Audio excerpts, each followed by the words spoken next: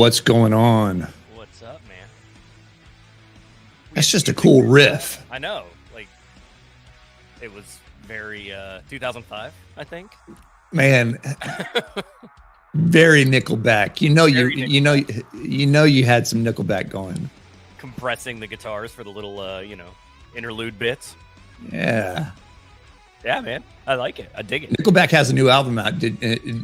I've seen through Instagram reels. I haven't actually listened to it, but I like the 15 seconds I've heard. It's very chunky. Yeah. It's very cool. How's this sound? Is this sounding good? Yeah. You're sounding like your new setup you texted me about. Yeah. Yeah, your lighting looks good. What kind of mic is that, man? Elgato Wave 3. Okay. So fun fact, let's go ahead and crank this down just a little bit. We'll do a elegant fade. Almost like it's produced. Almost. All right, there we go. So I was looking for something to be able to control the sound, noise gates, filtering, stuff like that. Yeah. Couldn't find anything for a USB mic. Okay. It always had to be plugged into an interface and then put VSTs on top of that. And I was like, that doesn't make any sense. Why can't this just be software driven? I'm not looking for like super high end. And evidently this is the one of the only ones that was out there. So did you go to Guitar Center for it or Best Buy? Best Buy. Okay. Yeah. Cause you sound like you just picked it up at the store. Yeah. They had them on the shelf there. Awesome. And it was one of those things that was floating in my shopping cart, and they're like, "Oh, you need to get this now. By the way, it's not $150; it's $100." Like, well, then take my money. Like, yeah, that's awesome. But yeah, no, the software is right there, and the adjustments, the gates and the filters and everything. When I plugged it in, it just picked up everything in the back. And it's like, oh, this is going to be a train wreck. But they walked you through and go, no, you want this filter and this filter. You can EQ it. And awesome. Yeah, pretty nice. And watching the YouTube videos, there was a Wave 1 and a Wave 3. Okay. And the guy he was saying you should buy the Wave 1 because it's like not that big of a difference if all you're doing is just talking, live streaming type thing. It's not like super high end. And like, okay, so I went down that direction. Evidently it's something they discontinued, so it was straight to the Wave 3. Sweet. But yeah, what do you got? I got the Rode Pod mic because that was the closest to the SM7 I could find. I like deep capsule mics because my kids are loud. Yeah. So I really like it. And then I'm running it into the I keep wanting to say PreSonus, the Focusrite. It's just the 2i. Okay. So, it works for me. I've had it since I think I bought it right before everybody got sent home for lockdown. Do you use it for anything other than just podcasting? I look at it sometimes. So no, I have big dreams. No, I got it back when I was doing back when I was heading the Beards, Bullets, and Bibles podcast that Jordan took over, and then it sat in a box until you called and said you wanted to do Red Cell stuff. Good. Okay, cool. I'll bust that back out. Right. Here we are. Actually, I'm supposed to get connected with him and Mark this week. Yeah, Mark Wood. Yeah. Jordan's took a trip down to bail him out on a project. Oh, okay, cool. Plus, at the same time, imagine that it's colder than anything. He's like, "Let me get out of here." I call him sometimes, and he's like, "It's -20." I'm like, "It's not here." I haven't had negative since I left Pennsylvania, and that was like 96. Oh. Here, let me see if I can bring this down just a little. Oh, look at you, skosh. Yeah. Oh, hey, this is sweet too. The volume knob for headphones and everything is right there up next to it. Got a mute button right here. Nice. Does it tell you when it's clipping? I saw a little like light around your volume. Does it red out when you clip? No. Okay. It, I imagine it probably could. If I wanted to. If I wanted it to. So, but no, I've did a couple of passes of recording, and it sounded pretty good on what I heard. So it sounds pretty good here. It's pretty silky, honestly. Yeah. Because I was trying to emulate yours. You got that. There's a little low end, a little throatiness going on there. Well, I mean that's all in here, though. Yeah, that sits right here in the throat. I want to make it weird.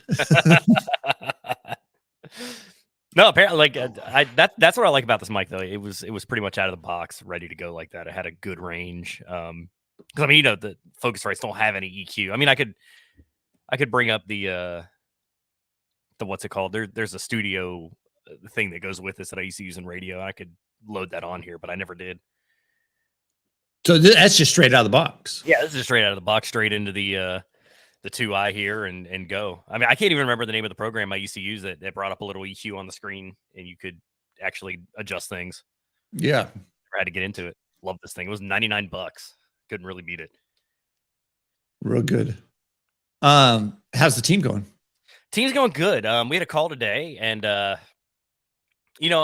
struggling with connection on the team. Like, we used to have team calls being a requirement. Like every week you had to call a guy, and then it got I forget who we were talking to during one of the leadership calls, and the subject of hand holding kept coming up and how much you're holding your guys' hands and all this. And I started thinking about it, and I said, is it really beneficial if I'm telling the guys they have to call? Because then that's going to end up being like, they're going to talk about sports or whatever because it's a requirement. So they're going to do it to check the box. So I took that out of the requirements. I was like, it's no longer a requirement. We encourage you to call each other, but I'm not going to hold your hand for this. And then it was crashing. But I didn't want to do the weak leadership thing where you get rid of something and then you bring it back because, it failed. So what I did today, we actually had a question in the weekly questions. It was really good for this. It was about spirit animals. And what do you think your spirit animal is? And what does somebody else think your spirit animal is? And how shocked are you? And so I paired everybody up. There's 10 of us. I paired everybody up with somebody else. And I said, you pick your spirit animal. And the person you're paired with is going to pick a spirit animal for you. And we're going to take about 3 minutes here. We're going to write them down. Then we're going to talk about them. And the amount of, I can't pick a spirit animal for my guy or weak spirit animals. Like, yeah, you're a bear because you have a beard, stuff. I was like, guys, we got to be calling each, like, we got to know each other this well. Like, we have to know each other well enough to be like, yeah, he's this kind of guy. What culture brings in the spirit animals? A ton. I could say Navajo because that's like one of the most known, but I think everybody kind of had it. I mean, you go back into the old Nordic cultures, and I mean, you had the berserkers, which means bear shirt. So, I mean, you could kind of channel it back to there. A lot of Indian tribes do. That's about all I really know about spirit animals, but it's become the newest a girl peppermint spice latte. Oh no, pumpkin spice. Sorry, not peppermint spice. My spirit animal is alligator because shoes. I don't know. But it's become so watered down, but it was a good question because it's like we talked last week with the self-appraisals. I picked for myself, I picked a bear. And most guys will be like, yeah, I'm a bear because I could fuck shit up and I got claws and teeth. No, I'm a bear because, I might look intimidating from a distance, and a lot of people will tell me, I didn't talk to you for the longest time because you always look like you're mad and you look mean and you got a beard. And when I was lifting weights, I had some muscle. They were like, so I didn't want to deal with you. And I'm like, that's the perfect reason I'm a bear, because people are scared of me from a distance, but really, I just want to retreat into the woods. I don't want to fight. I don't want to have this conflict. I just want to be left alone. Like, I've got the tools to defend myself, but I would rather just kind of walk away and go hide out in the woods somewhere and not be in any kind of fight. So I think I was able to do that. And the guy kind of agreed with me, but he picked a baboon for me, which was a total 180 from what I wanted. Like, not only was it strange, but it caught me off guard. And he said that because, he perceived me as very very aggressive and very tribe oriented and very very willing to speak my mind. And you know, those are all things I had to work on with myself though. Like those are all qualities that I had to kind of force myself to take on, because Jordan, who we were talking about earlier, used to be my leader, and he was like, "Hey, you know what? You're really funny." And I was like, "Yeah, thanks. I know." He's like, "Yeah, you also use that humor to diffuse any situation where you'd have to defend yourself or have conflict. You just get funny and bolt." I was like, "Well, okay." So good to know I worked on that. But yeah, man. So that's what we did today. How's your team going? Did you talk? We're navigating some waters, trying to one of them because oversee several, had one situation. Guy came in and wanted to just hammer down on guys not participating in the Ruck Challenge. Yeah. And which I get it, but at the same time, it's like, why do you think it's necessary to hammer down on him? And it's like, it was just his own ego. Of course he wanted it, and those things create unity. But he was missing the boat. Missing the boat to lead with encouragement. Yeah. And so just round numbers, you know, he's looking at, he's looking at other teams that outnumber him. So even the idea of beating him wasn't there. And so, and it reminded me, is like, just to be missional. Like, why are you here? Why are you doing this? Well, I want to create unity for the team. Okay, great. So the competition is a part of it, but it's not all of it. So you don't have to lose your soul and alienate these guys. You run the risk of alienating them and blowing this thing up if you're going like, hey, we got to go beat these guys. That's not why you got into it. Yeah. So let's focus on it. Another thing, what was happening too, is just for round numbers, he was actually kind of pinpointing two guys that weren't doing anything on the team, but by the averages, everybody else, they're blowing through their numbers. Yeah. It's like, well, you're lacking empathy and grace. Well, one, you had no grace for those two guys. And truth be told, they came into the team after the fact of they're two fresh guys. They're just not, they're on the bot. They're not going to produce anything. You're not going to get any work out of them. You just have to know that. It's unfortunate. I mean, everybody wants the ideal, but they're not going to produce anything. So you just write them off. So if you got a 10-man team, 2 of those guys are fresh meat. So really you only do the work off of 8. Yeah. You know, it's just a matter of fact. And then if you're blowing it up and you're like, come on guys, get on board. It's like, whoa, hold on. You got 8 that are killing it. Yeah. Go and encourage those 8 and see if the other 2 don't come around and going, hey, I want some. So it was one of those kind of conversations here. And so I'm anxious to see how it pans out for the rest of the week. Makes sense. Yeah, but he's not a unicorn story. I see a lot of guys trying to do that. It's like, you're going to blow up your team. Yeah. If you're trying to overload them, do more than what they said. When we started it off, we said that by the numbers, everybody just needs to commit to doing 1 mile a day. Yeah. That's it. And by the numbers, we're actually doing like almost 2.5. That's good. That's really good. So on the average of everything, it's averaging about 2.5.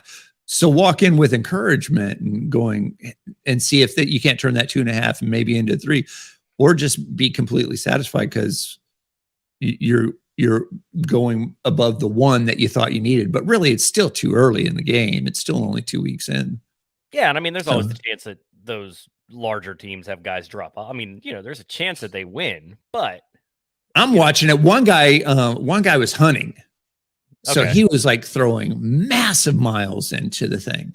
Yeah, but the season's going to end in 3 weeks here. Yeah, season's going to end. Is he going to keep doing it? Season's going to end, or he's going to get his buck. And yeah, you know, you're not going to the woods anymore after that. Yeah. So I think it's a long. You play the long game, and you have just like to. You have to play to your strengths and your weaknesses.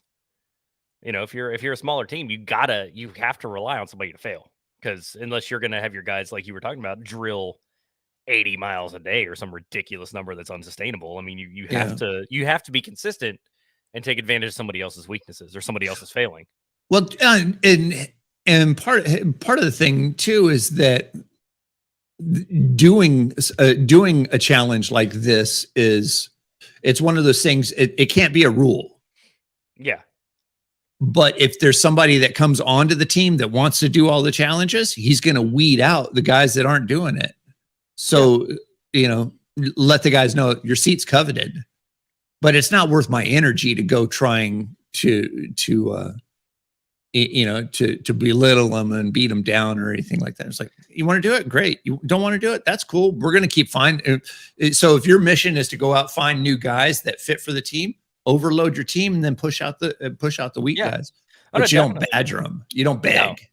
No, but to some of this point and to some disagreement with you, like I hate, especially when I was getting really competitive with CrossFit. I hate when people would assign me a challenge outside of like my normal fitness routine or something, and it was, hey, we're gonna ruck, all month, and we're gonna see who has the highest numbers. Okay, I'm out like immediately. Like I've already got my strength. My game was getting off the couch. Yeah, and I'm in here. Yeah. That's the best you got. Because that's better than what it was last month. And I can commit to that and I can sustain that. I feel you. I hate it when people tell me I have to do something though. It's like, no, you have to do this challenge. It's like, what about what I'm already doing? Like, I'm already up. Respect the fact that it's more than I was doing before. Yeah, exactly. I just, and for that reason, I don't really make a lot of mandatory, challenges on my team. I challenge my team. Well, it's not a challenge; it's a requirement. Everybody on my team has to have a fitness routine of some sort, but I don't define what that is because, like we said, I got guys on my team that can bench press 500, and I got guys on my team that can barely get the bar up. Mm-hmm. But as long as they're getting better, that's all I ask. Yeah. So that's where you have to have a factor of administration about you. Mm-hmm. You just have to know those things about the team. Well, it's knowing your guys, right? Yeah. You can't manage a team. You can't manage a group of guys without knowing them, right? At all. I mean, that's not the way. Like, I've been on teams and companies in the past that did that, where they would change management. Management wouldn't know anything about anybody, and then they'd come in and start making layoffs or changes or whatever. And it ended horribly. Like one of the companies I was at, they came in and they did a layoff and they laid off an entire department. And they didn't know about it until numbers didn't come in. And then it was, where are the numbers? Well, you told us to get rid of those guys. So guess what? They're not coming in. So yeah, you got to know your teams. Otherwise you set your team up for stuff like that. I mean, you could easily, to bring it back into what we're doing, you could, take away their motivation for what they are doing. Well, if it's not recognized, like you were saying earlier, well, they're not recognizing that I'm benching 95 when I couldn't bench anything. So like, why am I going to do any of it now? Because I'm getting beat up for the miles I'm not walking. But circle back to that CrossFit conversation, and a lot of people think that I'm like, because I love the we'll call it the sport of it. Yeah. I love the challenge of it personally on the mental level. I like the leaderboard. Mm-hmm. But as much as I'm not really competitive against the guy that's on the leaderboard. Yeah. As much as I'm looking at the leaderboard personally myself to going, oh, those guys did it and they didn't die. There's a record of them still living. So they hit the button. Yeah, that I'm looking at it that way. And that's the thing that I see is like, okay, these guys did it. They've fallen in some kind of range here. Yeah. If I aspire to just hitting that middle of the road range, and just holding on and not dying, I'm feeling like, okay, all right, we're getting somewhere. I'm not trying to David Goggins it and take souls or anything like that. you know, because truth be told, I mean, I'm going to lose my soul trying to keep up with half of them. Yeah. I'm just looking at the leaderboard though, because Rondo will think that I'm like uber competitive, and I am to a point, but I'm not mad at it. I'm just like, oh, there's 100 guys on that leaderboard, and it seems like there's some guys in that range that I look like I'm going to shoot for that. Yeah. But I'm not like lost and depressed when sometimes I'm like, man, I mean, I identify as a super fit woman, and I'm cool with that. And maybe even not super fit. I remember but I just use it as a marker of going, okay, somebody did it. They didn't die. It must be attainable. It must be doable. No, I remember so about the Superfoot woman. Like I remember the first, so the gym I used to go to Monday through Saturday, or Monday through Friday was normal classes. Saturday they only had one class. It was like a 10 a.m. Big group thing, and usually it was something like probably a partner WOD. Yeah, it was a partner WOD, but it was usually like dealing death or some like really just horrible thing. And me and my partner Ryan had set up. And we were not nearly RXing anything, but we were at the top of our level. Like I think I had 155 on the bar for power cleans or something. I was proud of myself. And this one woman, Renee, walks over, and I mean I knew she was a beast, but she's like, "Hey, I got to warm up," and I was like, "Cool." And she's like, "Can I use your bar?" She's like, "Can I use your bar?" Let me put these weights on. No, the weights are fine. No, I didn't even I didn't even get that out. She was like, "Can I use your bar?" And I was like, "Yeah, I guess." Like. She did her warm up reps on my bar and went away. And I was just like, yeah, that happened. Awesome. But when I looked at the leaderboard, I was actually looking to beat everybody. And yeah, I rarely ever did that, honestly, because there's always guys that were better than you, and I usually ended up in the scaled division. I wanted to make a shirt that said because I won a competition in the scaled, and I wanted a shirt that said Clayton's fittest scaled athlete. Never got it made, but but yeah, it was that reason though that I could never really win, because the system weighted whether or not you were doing RX or scaled, and there were limitations within my body. Like I couldn't do a 225 power clean, so I was never going to hit those top three. The only way that I could ever beat anybody in the gym was to be faster than them.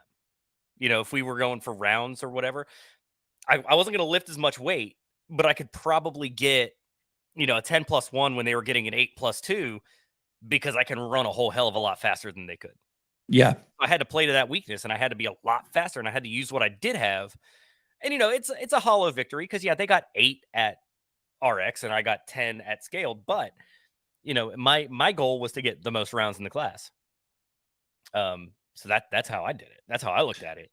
And that's how I look at pretty much everything I enter. Like, where are you weak, and where can I take advantage of that to come out ahead? So when it comes down to the three modalities, gymnastics, monostructural, or weightlifting, what's your strongest? I am horrible at gymnastics. Okay. I don't know the three modalities like you do technically. I didn't get any certifications in it, but what I was really great at was jump rope, running, stuff like that. Singles or doubles? Do you have double unders? I did. I haven't done them in so long. I don't know if I still have them. Yeah, there was one time that I did 3 double unders. Not together. I did one and then another one and another one. No, I'm like the most uncoordinated drummer. I have the dreaded white man's disease. It's the #1 killer of rhythm. I can't string those together. And I keep trying. Yeah. I video myself just to watch and see where's the hang up, and usually my hands float out all the time. And so it's seeing those things, I could catch them. Just haven't got it figured out. Double singles, I can nail those, but I can't do double doubles. Yeah, it was about finding, like, your dreaded white man's disease. It was about finding that rhythm, that and just sticking with that and thinking through that and less like donkey kicking, like, because that's the thing I saw a lot of people doing in the gym was like donkey kicks, Yeah. or their hands start floating out, or they get off rhythm, and that's where they would slip up. Mhm. But that was the stuff I was really good at, and I was always faster than anybody else, and so Yeah. my round count would always be higher. But that was my definition of winning.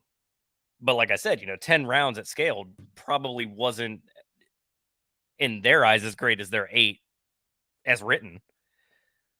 But I started figuring out how to take advantage of and fast. I'm not very fast on the speed things on the monostructurals, and my endurance to last for a long time is really it's really a weakness. It's not there.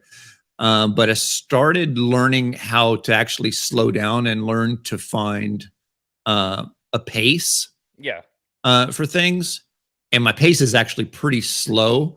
But I started figuring out, wait, if you could find your pace, there's a magic pace, a magic tempo that if you could find out what your tempo is, you could go forever. Yeah. And you're not going balls to the wall the whole time. I didn't know that was a thing. Yeah, that's definitely a thing. Yeah, I had no idea. And so and started figuring out, it's like, okay, stop trying to go fast. It was do you know who Chris Henshaw is? The name sounds familiar. He's the guy that taught everybody how to run and breathe. The elite guys. And so I've watched YouTube clips of his and watch him talk through those things. And then Scott Shortmeyer, he's Rest and Recovery podcast, and he was throwing me tips and steering me into things, and starting getting those things around my head. And so once I started looking to find that tempo, once I started learning how to breathe, and then I can go and push things. And I started wearing a heart monitor too. So and gauging is like, oh wait, you're getting too hot. Bring it back down. Keep it inside of that range, because like a long chipper. Once I started learning how to manage those endurance things, everything started changing. It's like, oh wait, you start seeing that it creeps up the leaderboard, because everybody else is just doing like you used to do, go hot and die. Yeah. That's why I think it's important for every CrossFit coach to program chippers that they tell you up front, you're not gonna make it through this. We're just seeing how far you get. Because when you remove the goal at the end to finish it before everybody else, or finish it when nobody else did, what's your metric at that point? Well, there was an event. I want to say it was like event 2 or 3. There was one event this year at the games, and it was one of those ones that out of 40 people, only 1, maybe 2 actually finished the time. Beat the clock. Everybody else hit the time cap. Yeah.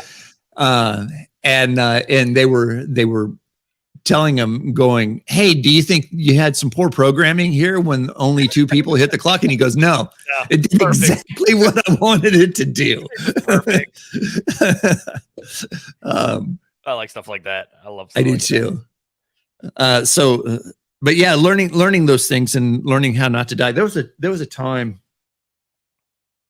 I was way younger, and my mom had went to the hospital to give birth to my brother, and on that same night, the neighbor had come over to in a panic to wake us up and hold on just a second.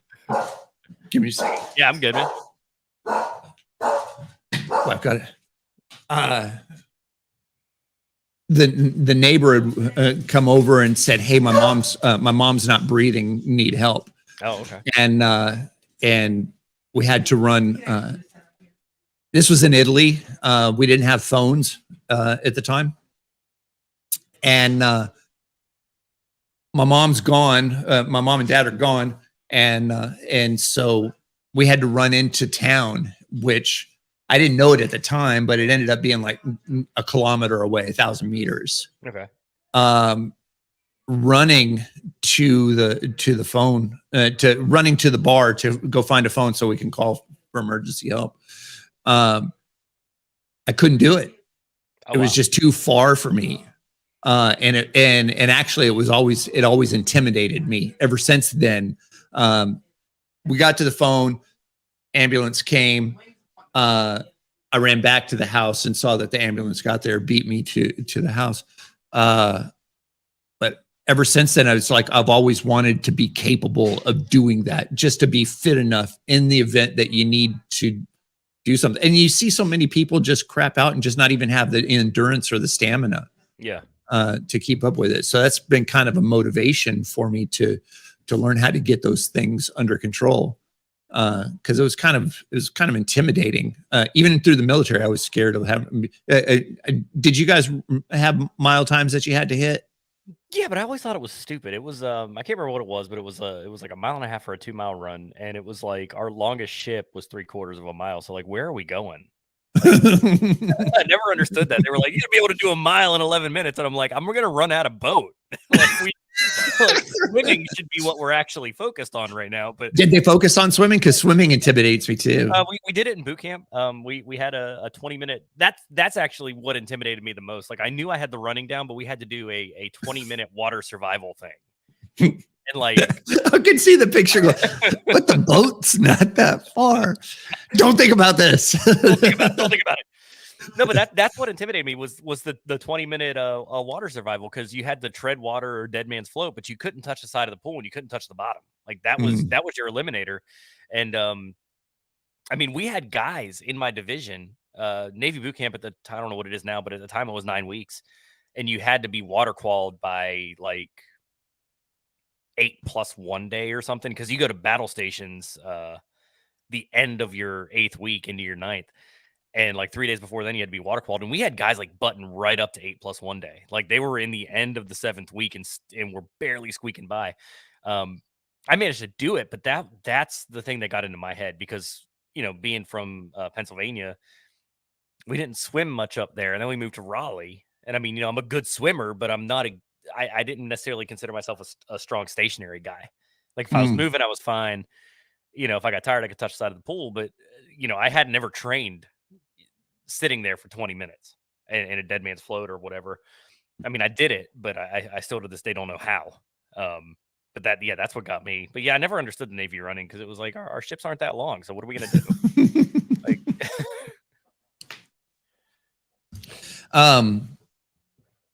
having that capability though, I saw myself getting stronger and CrossFit for sure by getting the endurance up in these other areas.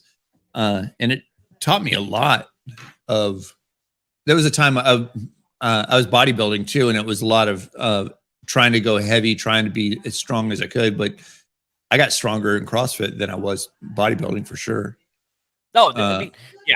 We used to talk about that, me and my coach. It's like, you know, bodybuilders used to come into the gym all cocky, because we had a CrossFit side, and then we had a side that was all weights, and you could actually pay this gym to use just the strength side. Yeah. And like these bodybuilders would come in, or these strength guys would come in, not necessarily bodybuilders. And, you know, they would like laugh when we were doing our pull-ups or whatever, and they would brag. And it's like, you know what? Yeah, you're strong as shit inside that 4-foot square. But like, let's go for endurance, man. Like, but actually, but even just on the weight, even on the,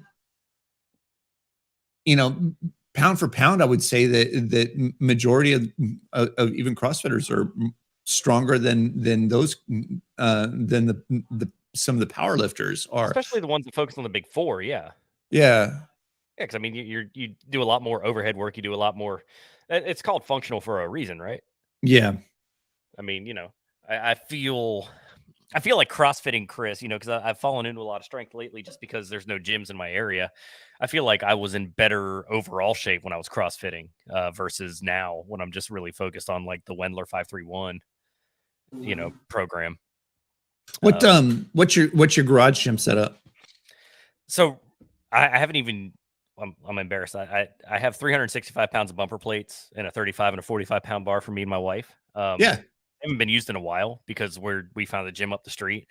Um, and we have uh, a flooding issue in our driveway, so we haven't been using it because the driveway is always wet. And we don't want to be dropping things in there, so we've just been going for the gym. So it's been sitting in there, but that's all we have. We have that. We have a bunch of kettlebells. We have some barbells, or we have some dumbbells, and we have some jump ropes. I mean, we have enough here to do a CrossFit WOD. Whenever they come fix our flooding and irrigation issue, we'll get back to it. Yeah. So, what about you, man? What do you got? I'm right at 300 pounds, bumper plates and a single 45 bar. Nice. I got to pull up, a pull-up station, if you will, and handful of kettlebells. Nice. I've got this sandbag that it just sits like a lump in the middle of my garage floor. Nobody likes it. Nobody likes it. So it's 100 pounds, just dead weight. And it's funny because it's just 100 pounds. It's not that much, but it's just awkward. Yeah. And it's clunky and it's just hard to manipulate. And I think that's the cool thing about it. It's like, here's this odd object, go manhandle that thing. Yeah. So it makes you feel weak. Honestly, it does. You're like, wow, it's only 100 pounds and I can barely do anything with it. So between that, I think I'd like to find a rower, a Concept 2 rower, and I think I would feel like I'm in an assault bike.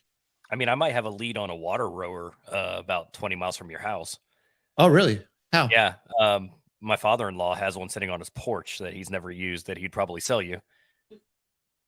Or if I just go take it off his porch, would he miss it? And probably not. No, I'd be down for that for sure. I'll give him a call and find out. It's a nice one. I mean, yeah. I didn't want it because I don't have room in the garage for it, but I mean, I'll see how much he wants for it. He's like 20 miles from you.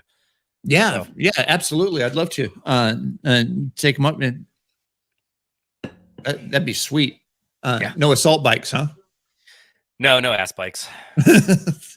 That's how we used to abbreviate it. It's completely fitting. Yeah, I was never a fan of the assault bike. I would always find something to do other than that. If it was the skier or whatever that they would let you sub, I would always sub. Yeah. I hated that thing. What's your preferred time for training? It depends. Like, I love to do like when I was going hardcore, I love to do my strength at like 5 a.m. Okay. And then my best running times were like lunch, and then I did my WODs in the afternoon. But I was, also really strict with my diet and really regimented in what I did.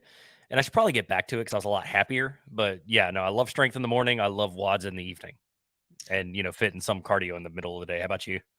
I don't want to admit it, but I'm actually better in the morning. But I also like sleeping in. So then I'll convince myself that, my best time is actually in the afternoons, the 4 o'clock. That's the danger of working for you, man. Like it is, but it's also a trap because then things come up. Yeah. Kids want to go to do this thing. Mm-hmm. And it's, I could be I could be a complete tool and go, nope, I hadn't had my me time yet. So no, you don't get it. And that's not fair.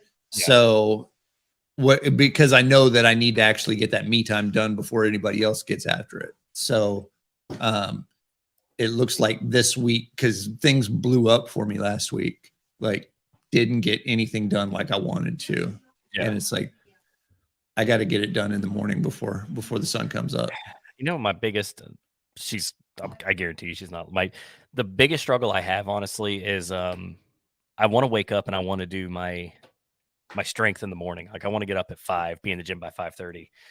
And that's my me time. Like that's put on headphones, do my lifts, get out. My wife wants to tag along though, and then she okay. wants, but she wants coaching, and she wants me to sit with her and be with her, and I get it, and like I'm I happy can't that she's there. coach. I can't coach her. Exactly, I My can't wife. because I yeah, mean, no, I my can't coach son. her either because Yeah. I start telling her to do things, or I'm like, no, you need to do, and then she gets offended, or she gets mad at me, or she's like, I'm not you, and I'm like, I'm not saying you're me, I'm just saying this is how you're gonna get that up, like. But that's the big, like, how do you tactfully tell your wife, like, I don't want you at the gym with me? Like, there's really no way to have that I conversation. like her being at the gym with me. It's encouraging. High fives, fist bumps, ass pats, everything. But but the coaching and in any kind of critiquing or anything like that. Yeah, see, I can't do that. And I don't like people, like, I don't like when people talk to me at the gym to begin with. Yeah. Like, I'm there for one thing. Like, don't talk to me. The best gym buddy I have is this other guy because I don't know his name. We've never talked. He stays on his side of the gym. Great gym buddy. I see him there. No idea what his name is. Don't even know what kind of car he drives. Best gym buddy there. But yeah, I mean, that's been my biggest struggle lately with the gym is like is her wanting to tag along and me having to process that.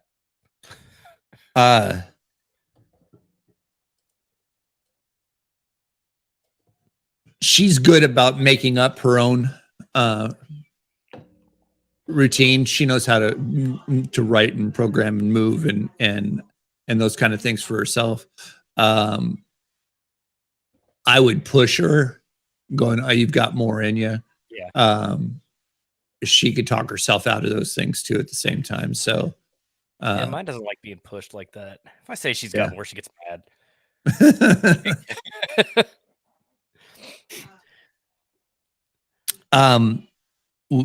What's your wife's numbers look like as far as strength goes?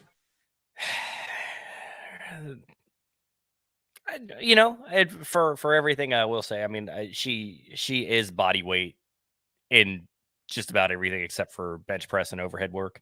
Okay. I mean, she's good. I mean, she's got good numbers. She's got good this. It's not necessarily that she's out of numbers or anything that's frustrating. It's just I don't want to talk. I don't want to get like I don't want to give you a plan. I don't want to give you feedback. Like I just want to work. It's selfish. I know. I get it. Mm-hmm. But I also think it's okay to be selfish with stuff like that too. Yeah. Like so I don't know. It's a conversation that I haven't had yet. It's it's tricky. Yeah, it's tricky for sure. Well, good luck with that. Yeah. I don't know if I need it because I don't know if it'll happen unless she's listening outside the door. Yeah.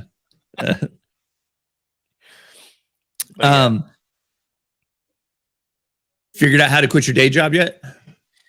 So actually, if I can keep doing what I did on Saturday, then yes. Okay. What was Saturday? So I'm actually like really excited about this. I was discouraged because I have written probably no lie 70 some to 100 proposals, somewhere in that number. Okay. Not hearing back on anything because I was focusing on sites that are freelance sites, but they're race to the bottom sites because you're competing with a lot of out of the country designers in places that don't require enough money. So like, they'll do it for $5 because it's a lot of money. And I was getting really discouraged. I actually took myself off of that platform and I had like, I was back on the free or whatever. And one person actually reached back out and I was like, oh, okay, cool. Logo and design work.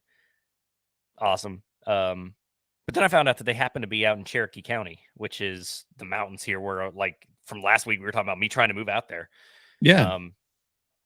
And then I found out that not only are they there, but then like right after we talked, she was like, oh, hey, just talk to the other guy involved in this. We actually want more work out of you. So I ended up upselling them right there. And then come to find out that she is like, she works on the county. Like she works with the county. so the potential there for doing well on this job and opening doors in the county you want to move to is amazing. And if I can do this repeatedly and figure out this system, it would only take me selling one of these jobs a day to replace my income. Okay. And not just replace, but also have the benefits and all that. So I'm energized right now. I have one system I figured out worked, so we're going to tweak that and we're going to keep going. But I was challenged by Mark, who we were talking about earlier. He wants me to, by the next October, which is when we usually see each other in Maine, he challenged me to be working for myself entirely. And we filed our LLC. Well, I say me. We were actually recognized by the state on the 3rd, and we've sold our first job within 20 days.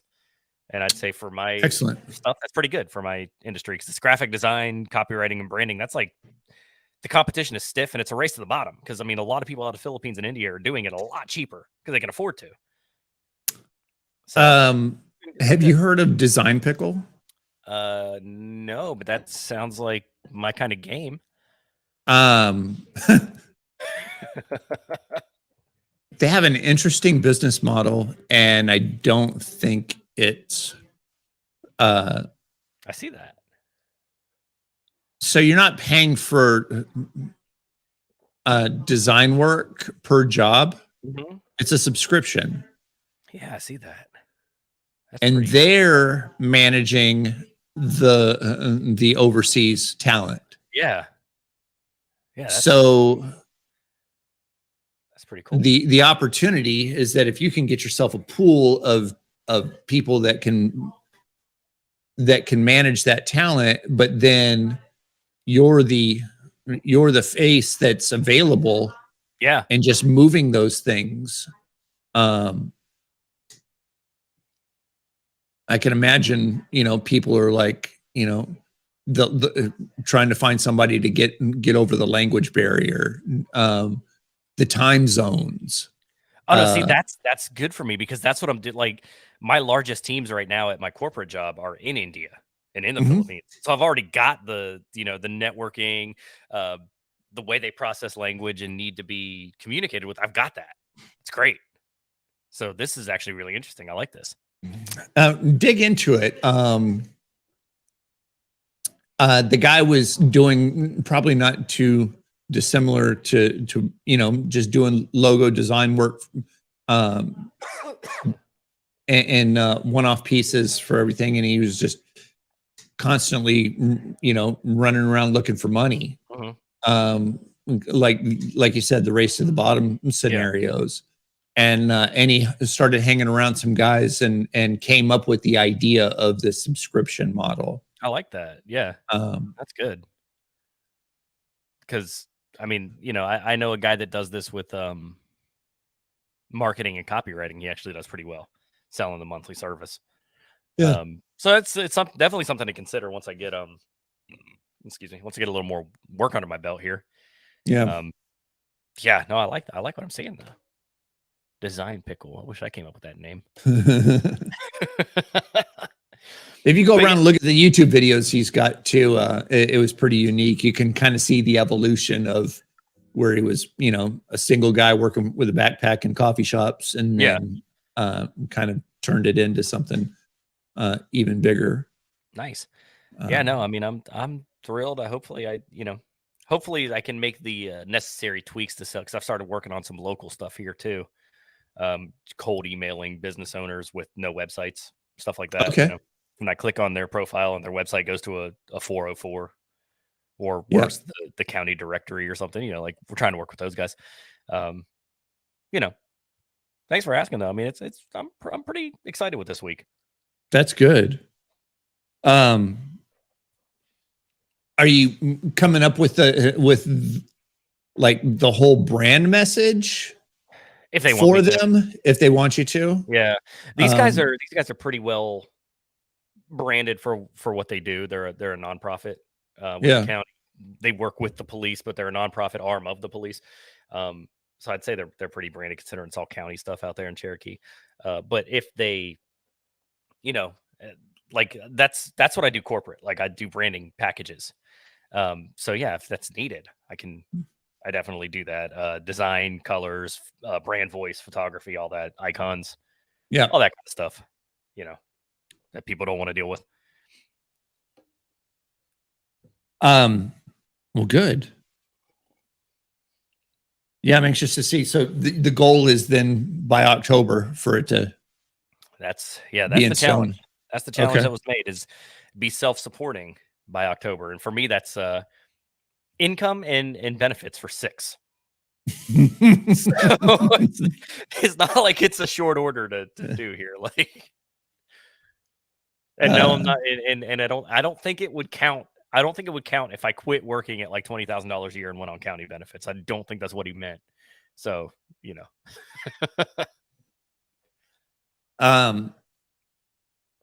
what could you do for other counties similar to this one?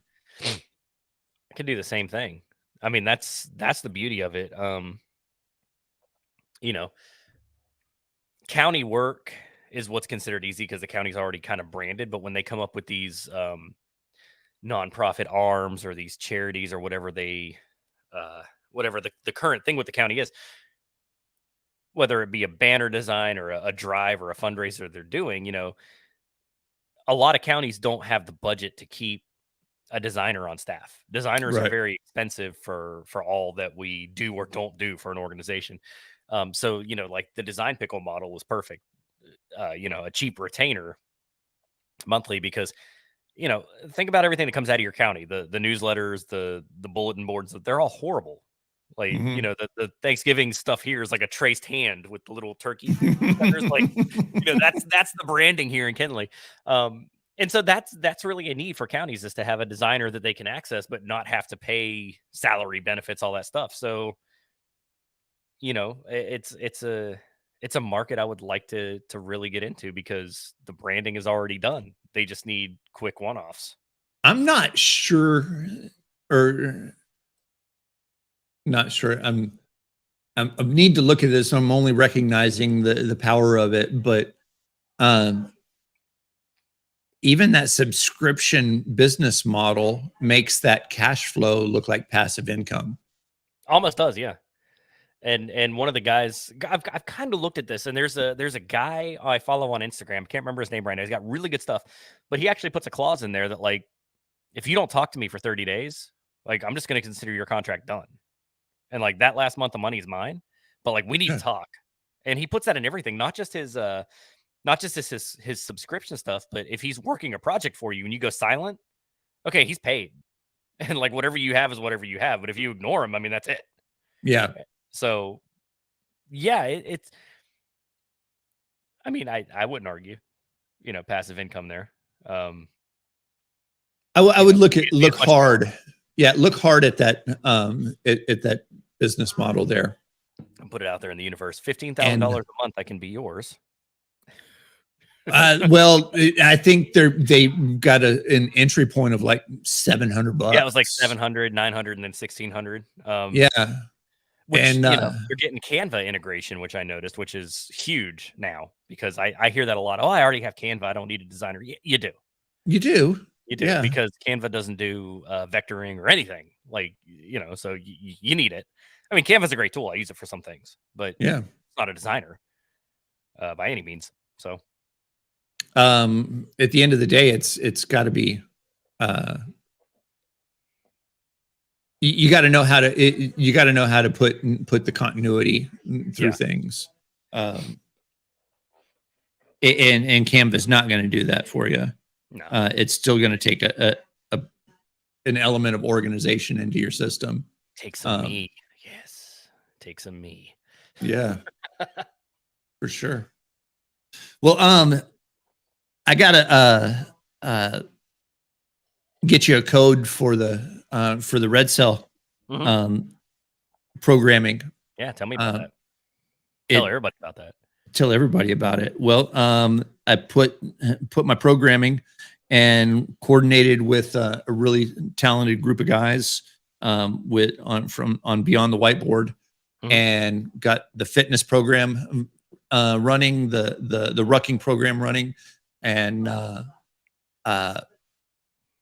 yeah, and need to get you on it because there's the leaderboard and the competition factor that goes along with it too. Nice. And I mean, I've got guys that are hitting me up going, "Hey, I want to be able to get my endurance and my ruck times better. What could I do?" And like, cool, let's follow some programming and put some benchmarks and work in the same place. That's the funny thing about leadership is that when you can get your admin in control, mm-hmm. and you can show a guy where he was and then show him where he's going to be, and you're pointing him in the same place consistently, then it doesn't have to be that big of an ordeal. No. But if he wants to do it on his own platform and I can't, and I got to chase him down for it, well, then we can't work together. But if we can get on the same platform and, the same platform that your nutrition's on, the same platform that your weightlifting's on, the same one that your endurance is on, everything's working on the same thing. That was a beauty. And you got a scorecard along with it. That's what Beyond the Whiteboard does. Yeah. So, it's finally set up. I'm going to get the pay point set up for it here this week, and next week we'll have a place to log in and start swiping cards and let people jump on board. It's going to be super cheap. Awesome. I'm going to kick it off at $10, and so I can get a read on everybody. That's nice. To see what sucks and what doesn't suck, and then it's going to go up and it's going to be expensive as hell once we get all the bugs. That's how you know it's worth money. Yeah, that's what I'm gonna. So I'm gonna find out. I'm gonna prove that it's worth some money. So no, it's funny because I follow this guy. He does the psychology behind branding, which is what I'm not great at. I need to have people show me. Yeah. And aside from using colors like purple that people associate with majesty and royalty, he said the one thing that you can do to always make people pay more for your stuff is stop ending it in 99 or 95. Round numbers. He said, think about like Gucci and Louis Vuitton and all these places. You walk into their stores and the shirt is 3,000 even, or the purse is 5,000 even. When you put 99 on there, you're subconsciously devaluing your own product. And these places like Gucci have put a lot of research into it, and that's why everything in there is like $300 flat, $1,500 flat. So don't do $995. No, flat out 10. Flat out 10. And then once we get the bugs worked out on it, it's going to be 20.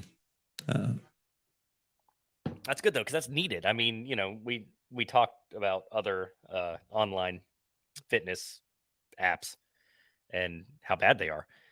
So, I think that just if it's filling a need, that's good. I don't think anybody's got it dialed in, figuring out and made it perfect. Yeah. But I think the guys that have gotten their head around the functional fitness space are way better off than the others that I see out there. And they can punch in their weight numbers and their bar work, but when it comes down to going, hey, how about some mile times? How about some those kind of things, general fitness, and it's like, oh no, we're just a weightlifting app. Okay, we're CrossFitters. We don't run. Yeah, but you do. But you should.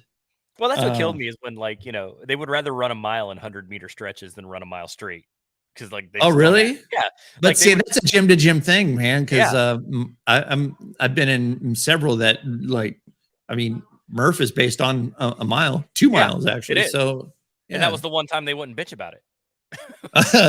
Okay. So you just did 20 rounds of 100-meter runs, but if I tell you to go run a mile, all of a sudden you're intimidated. What? Yeah. You trying to kill us? Yes. Yes, I am. Yes, I am. Real good. Well, man, stand by and watch for the link because I want to compete with you. Yeah, no, I want to just have somebody that's in my corner and making sure that it's doable and like, hey, Chris didn't die. No, right? Chris so it must be doing. But he also must be doable. That it needs to be 5 kettlebell swings instead of 50. All right, so welcome to the Scaled Appropriately podcast. Yes. Nice. Cool. All right, man. Well, right, have a good week. We'll follow it up next week and come back and talk shit. Yeah, we'll see you Sunday. All right. See you, brother. Appreciate you, man. See you.